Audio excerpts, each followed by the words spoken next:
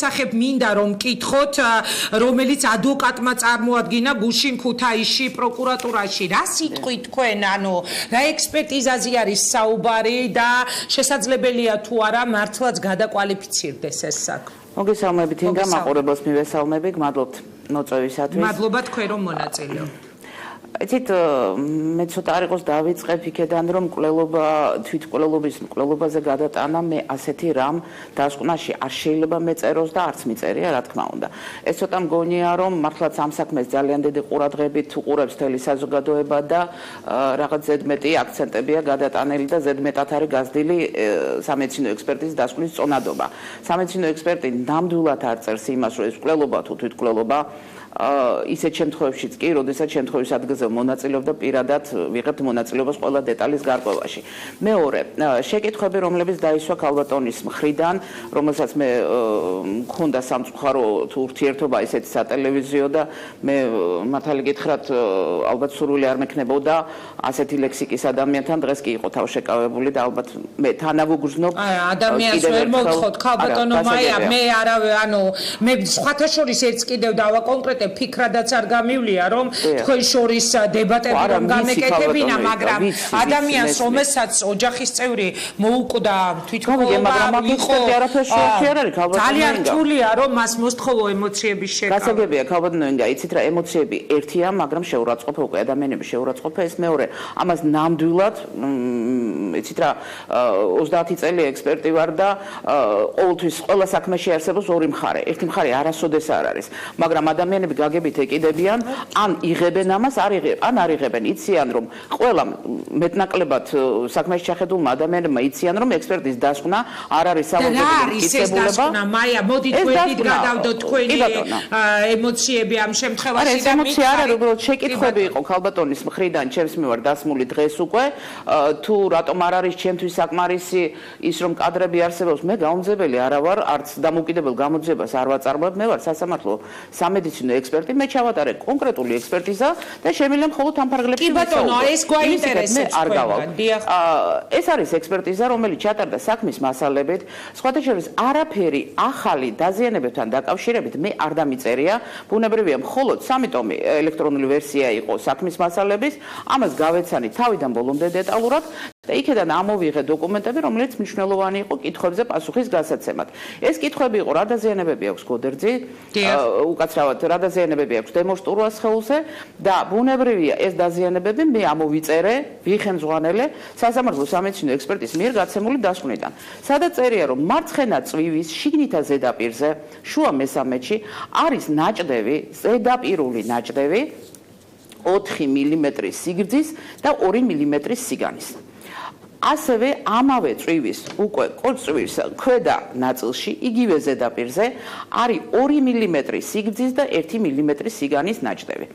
ეხლა წარმოიდგინეთ, ამაზე ეს ყველაფერი იქ წერია. უბრალოდ ამას წაკითხვა უნდა და მე ეჭვი მაქვს რომ ვინც წაიკითხა მხოლოდ დასკვნა გამოტანილია ხოლმე ექსპერტის დასკვნის წინ, ყველაზე წინ და აღარ ჩაიხედეს კვლევით ნაწილში. თორე იქ ეს წერია და მე ეს ამ გადმოიტანე. ის რას ნიშნავს? მაია, მოდით მითხარით, მე არ მესმის, საქმეში ჩაუხედავი ვარ ამ თვალსაზრისი და განმიმარტეთ, ანუ რა ვერსიის, ან რა დასკვნის. არა, ეს ვერსიასთან არაფერ კავშირი არ არის. არა, მაშინ რას ნიშნავს ის, რაზე თქვენ საუბრობთ? სხეულზე აღინიშნება 4 წვივის მიდამოში, შიგნითა ზედაპირზე. მე მგონია ეს ყველამ ვიცი წვივის შიგნითა ზედაპირი რომელი არის. მუხლის ოდნავ ქვევით შიგნითა ზედაპირზე, ხომ? ეს ძალიან ისე ვცდილობ პოპულარული ენით ავხსნა. ნაჭდევი, ანუ სამედიცინო ენაზე ექსკორიაცია და საყოფაცხოვრებო ენაზე ნაკაწრი. 4 მმ, მე მგონი ყველა მიცით 9 სანტიმეტრზე მცირე არის. სიგრძე აქვს ამ ნაჭდევს 4 მმ, სიგანე 2 მმ. ანუ ეს არის საკმაოდ მცირე ზომის ნაჭდევი. და მეორე არის 2 მმ სიგრძის და 1 მმ სიგანის. საუბარი იმაზე, რომ ეს შეიძლება მიყენებული იყოს ხელით, ფეხით, მუშტით, საგნით. მოაზე ლაპარაკი ზედმეტია. ეს ყველაფერი ეწერა და მე უბრალოდ მიკვირს, რომ რატომ არავის არ იყო სითამამე, რომ ეს ზომები ეთქვა ხმამაღლა. რა სითამამე უნდა და რაზე მეტყველებს? ანუ ეს რაზე მეტყველებს თქო? ეს მეტყველებს იმაზე, რომ რაიმე საგნით გითხარით, მუშტით, ფეხით, ჯოხით, ხელჯოხით, ამის მიყენება გამორიცხულია. ეს არის ძალიან მცირე ზომის ზედაპირული ნაკაწრი. 4 მილიმეტრი და 2 მილიმეტრი. ნუ ეს ხო გენიოთ საყოფაცხოვრებო პირობებში შეიძლება ჩვენ ასეთი დაზიანება არა, სითამამეო რატო არ ეყო და არ ვიცი იცით რა არის რა სითამამე რისთვის ჭირდებოდა? არ ვიცი ეთყობა იმიტომ რომ უბრალოდ ძალიან ხმაურიანია მე დღეს უკვე ხო გითხარით დავიძაბე კიდეც რომ ჩართვაში იყო ეს ადამიანები ალბათ ზუსტად აი ეს იცით ეს უხეში ძალა რომელიც მოდის ლანძღვაგინებით ალბათ ყველა თავს არიდებს და ალბათ ამიტომ ექსპერტმა არ განუმარტა მათ რომ ეს არის დაზიანებები რომელსაც ვერ მიაყენებს ასე და არ არის ეს წამების კვალი და არ არის ეს უხეში დაზიანებები ფიზიკური ძალადობა ამაზე არ შეიძლება ითქვას იცით რა არის ანუ არ ეთყობოდა წამების კვალი?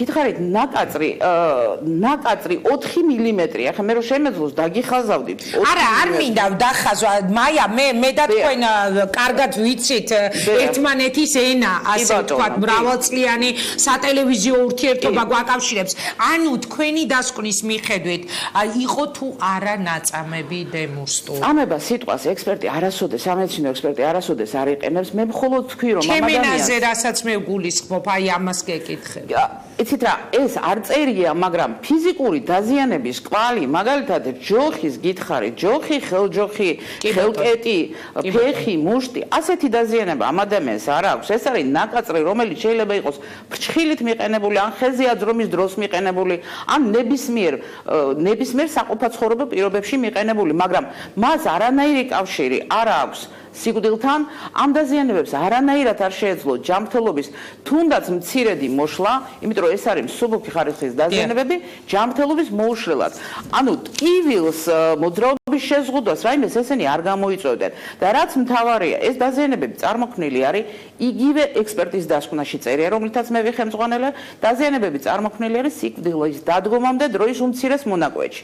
და სიკვდილის დადგომის დრო ჩემი დასკვნითაც და სამხარაულის ექსპერტიზის დასკვნითაც არის სიკვდილამდე მე ვამბობ 12 საათი გამოკვლევის მომენტიდან არა უადრეს 12 საათისა სამხარაულის ექსპერტიზა წერს რომ დაახლოებით 14 საათი 4-ის ნახევარზე 9-ში ღამის 4-ის ნახევარზე გამოკვლევიდან გამოვაკლო 12 საათი ეს არის 8 რიცხვის შუადღე.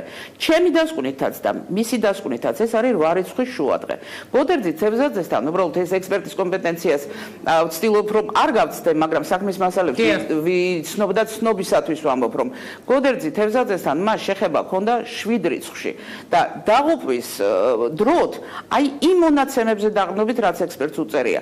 მე ვწერ 12 საათს გამოკვლევის მომენტის უკან გადმოთვლით და ექსპერტი წერს 14 საათს, ანუ 12-14 საათი. ეს არის 8 რიცხვის შუადღე და არა 7 და სწორედ სიკვდილამდე დროის უმოკლეს პერიოდში განვითარდა ეს ნაკაწრები. და ამიტომ გაჩნდა ეს კითხვა ვინ იყო ის ადამიანი ვისთან ურთიერთობდა? ანუ იყო თუ არა ეს ის პოლიციელი, ესე ვაყენებთ საქმეს. პოლიციელი თუ სხვა ვინმე თუ ეს უკვე ადვოკატის კითხვებია, მე რა თქმა უნდა ექსპერტიზაში ეს არ მაქვს, მაგრამ მე ექსპერტიზაში ყურადღება გავამახვილე ერთ გარემოებაზე, რომ საქმის მასალებში მე ვერ ვნახე, მე მქონდა ესეთი შეკითხვა დასმული ადვოკატისგან. შეიძლებოდა თუ არა დემონსტრირება საკუთარი ხელით გაიკეთებინა ეს მარყუჟი და ჩამოხრჩობა საკუთარი ხელით შეძლებდა თუ არა მარყუჟის დადებას. მე ამ კითხვაზე გავეცი პასუხი, რომ დღეს არსებული საქმეში არსებული მასალებით მე ამ კითხვაზე პასუხს ვერ გავცემ, იმიტომ რომ არ არის ცნობილი მარყუჟის, ვთქვათ, საყოფაცხოვრებო ენაზე ყულფის კვანძების დადების წესი.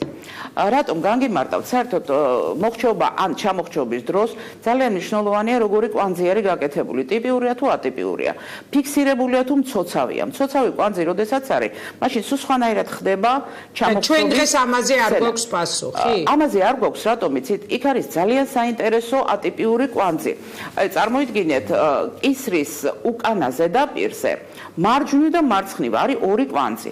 რაც ძალიან იშვიათია, ხა კვანძების არსებობს ატლასები, სადაც კვანძებია და კვანძების დადებას აქვს თავისი მნიშვნელობა. ანუ რას ნიშნავს ეს? იცით რა, ორი კვანძი კისერზე უკან ორი კვანძი თუ ის მცოცავი არ არის, ნიშნავს იმას, რომ ძალიან მჭიდროდ ქონდა მას ყულფი კისერზე, ანუ მარყუჟი ჩვენ ენაზე, კისერზე დამაგრებული. თან უკან გაკეთებული ეს ანუ თვითონ ვერ მოახერხებდა ამას? იცით რა არის, ამას ვწერ რომ მე დღეს ვერ გავცემ პასუხს, სანამ არ გაირკვევა ეს მარყუჟი არის დღეს კრიმინალისტებთან. უნდა ინახოს მარყუჟი, ინახოს ის მცოცავია თუ ეს ორი კვანძი როგორ დამაგრდა, კისრის გარშემოწერილობაზე იყო ძალიან მჭიდრო თუ მას ჰქონდა გარკვეული ადგილი რომ თავი გაეყო. ეს ყველაფერი უნდა დადგინდეს მაშინ, როდესაც გაკეთდება მოდელირება. აი ამაზეა საუბარი, ანუ მე ვერ გავეცი პასუხი და ვთქვი რომ მასალები არ არის საკმარისი და თუ საჭირო გახდება, ამას გამოძიება ჩაატარებს, როცა უკვე სრულყოფილი მასალები იქნება. მაია, მადლობა რომ იყავით ჩვენთან ერთად. წარმატება მინდა გისურვოთ. ეს იყო მაია ნიკოლაიშვილი და რეკლამის შემდეგ მე